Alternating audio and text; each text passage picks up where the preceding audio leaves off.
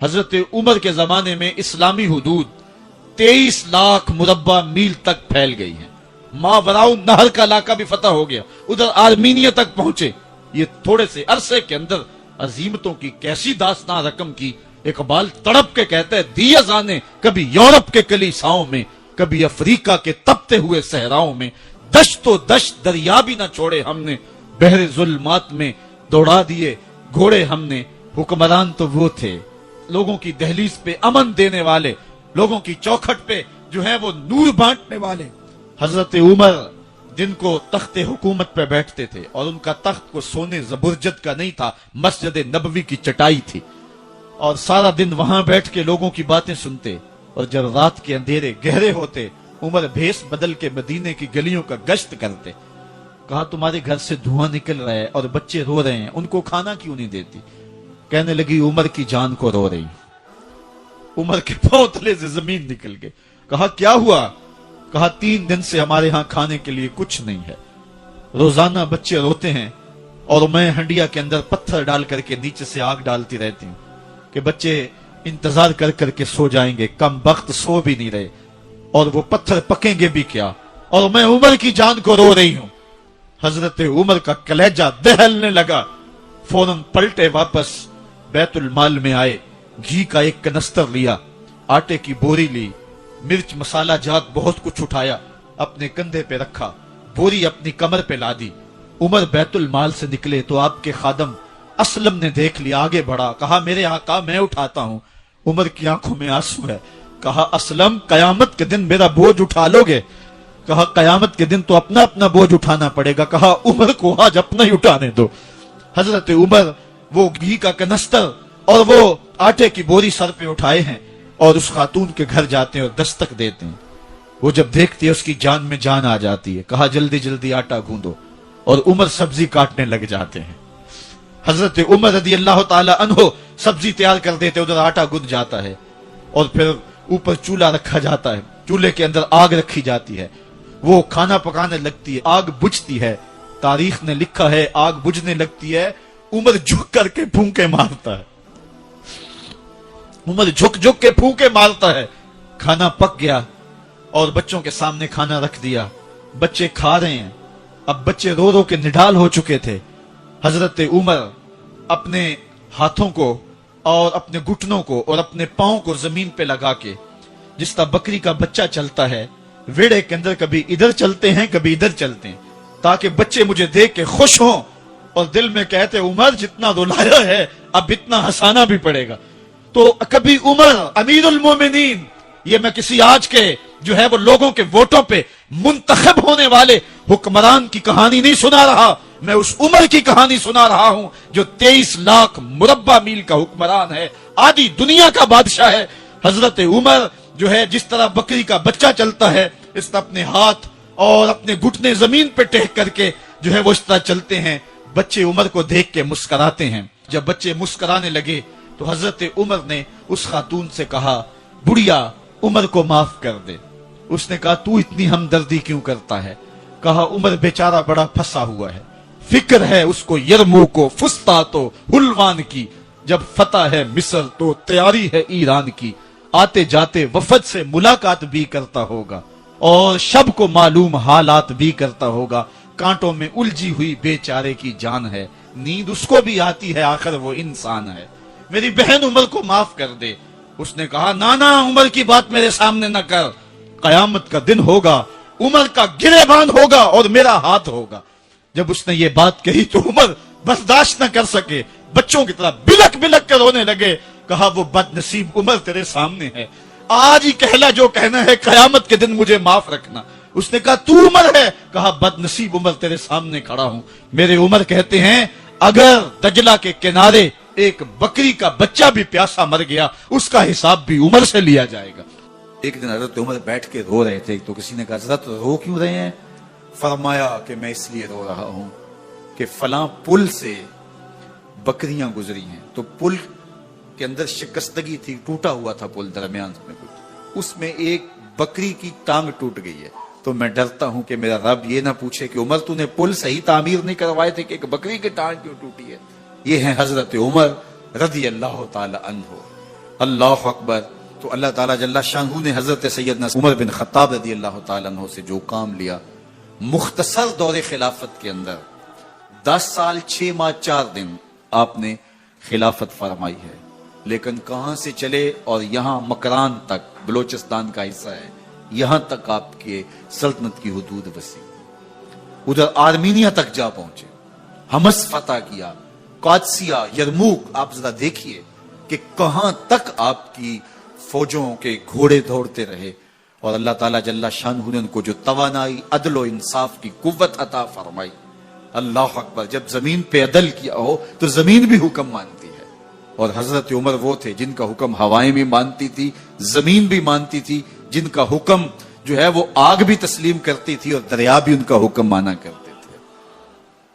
مصر کے اندر یہ رسمیں بد جاری تھی کہ سال کے بعد 1-2 شیزہ کو زیورات پہنا کے اچھے لباس میں ملبوس کر کے دریا کی بھیڑ چڑھایا جاتا، اس کی قربانی دی جاتی، اس کا خون بہتا تو دریا چلتا. جب مسلمانوں نے مصر فتح کیا تو گورنر نے لکھا کہ اسلام تو اس طرح کی رسوم کی اجازت نہیں دیتا، لیکن خشک سالی ہے، لوگوں کی فصلیں ویران پڑی ہیں، تو حضرت کیا کیا جائے؟ تو حضرت عمر رضی اللہ تعالیٰ عنہ کاغذ کے ٹکڑے پہ لکھتے ہیں بسم اللہ الرحمن الرحیم. مصر کے نیل کی جانب عمر کا خط لکھتے ہیں، اے نیل اگر تو اللہ کے حکم سے چلا کرتا ہے تو چل، ورنہ ہمیں تیرے چلنے کی کوئی حاجت نہیں ہے. اور قاصد کو کہا یہ خط لے جاؤ اور جا کے دریائے نیل میں پھینک دو. قاصد جا کے خط دریائے نیل میں پھینک دیتا ہے، پانی آتا ہے، ایسا دریائے نیل چلا 14 صدیاں ہوئی ہیں آج تک کبھی بند ہی نہیں ہوا. دریا حکم مانتے ہیں، آگ نکلتی ہے.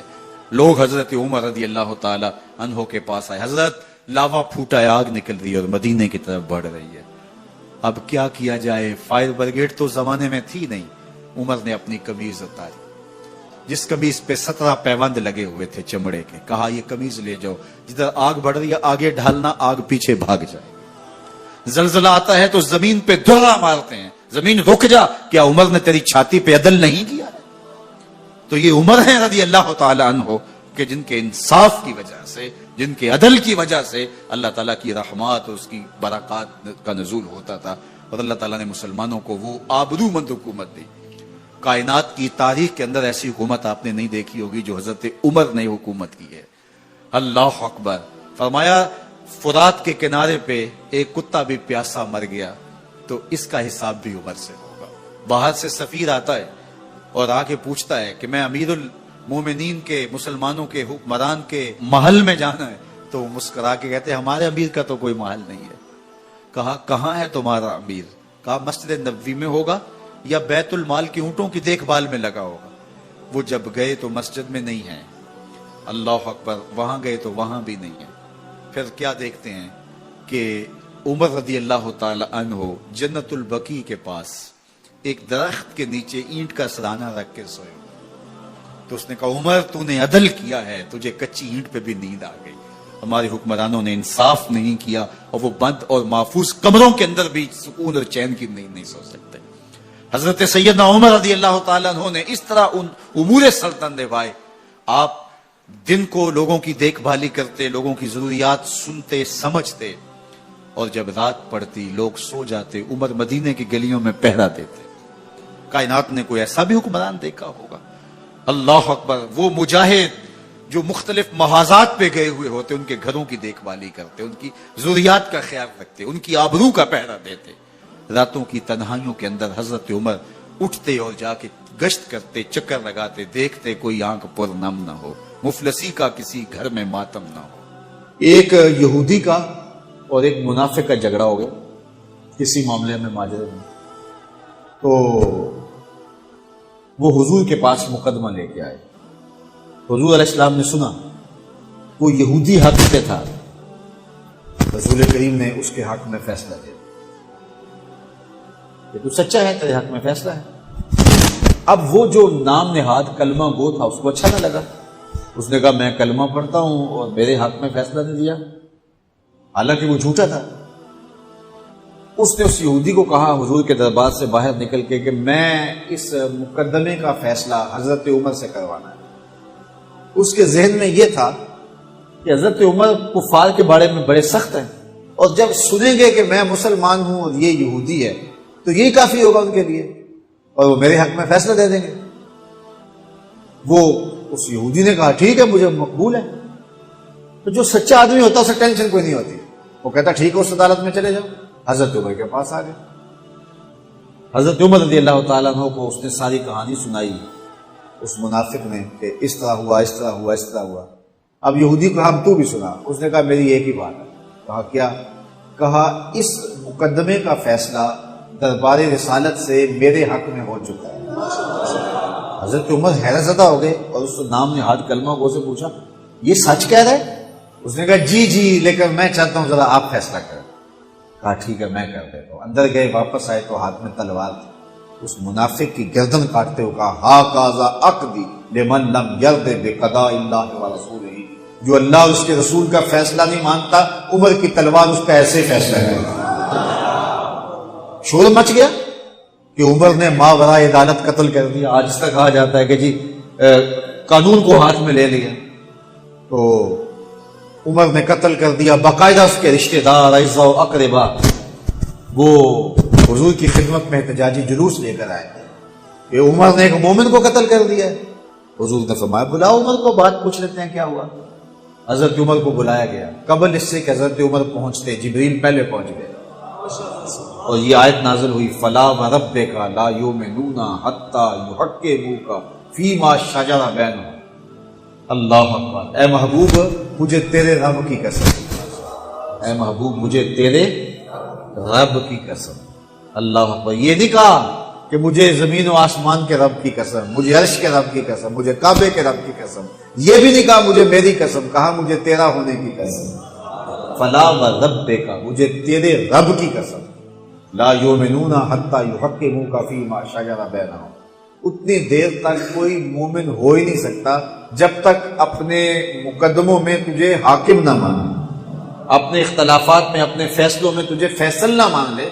ثم لا یجدوا فی انفسہم حرجا مما قضیت، اور جو آپ محبوب فیصلہ کریں اس کے بارے میں دل میں کوئی میل بھی نہ رکھے۔ ویسلموا تسلیما، اور جو اس کے تسلیم کرنے کا حق ہے جب تک وہ ادا نہ کر دے، محبوب مجھے تیرے رب کی قسم، اتنی دیر تک کوئی مومن ہی نہیں ہو سکتا۔ تو حضرت عمر رضی اللہ تعالیٰ عنہ کا جو لقب فاروق ہے، اس کے بارے میں حضرت علامہ حقی لکھتے ہیں فبذالک سمي فاروق، آپ کو اس وجہ سے بھی فاروق کہا جاتا ہے کہ آپ نے اس طرح جو ہے وہ نکھیڑا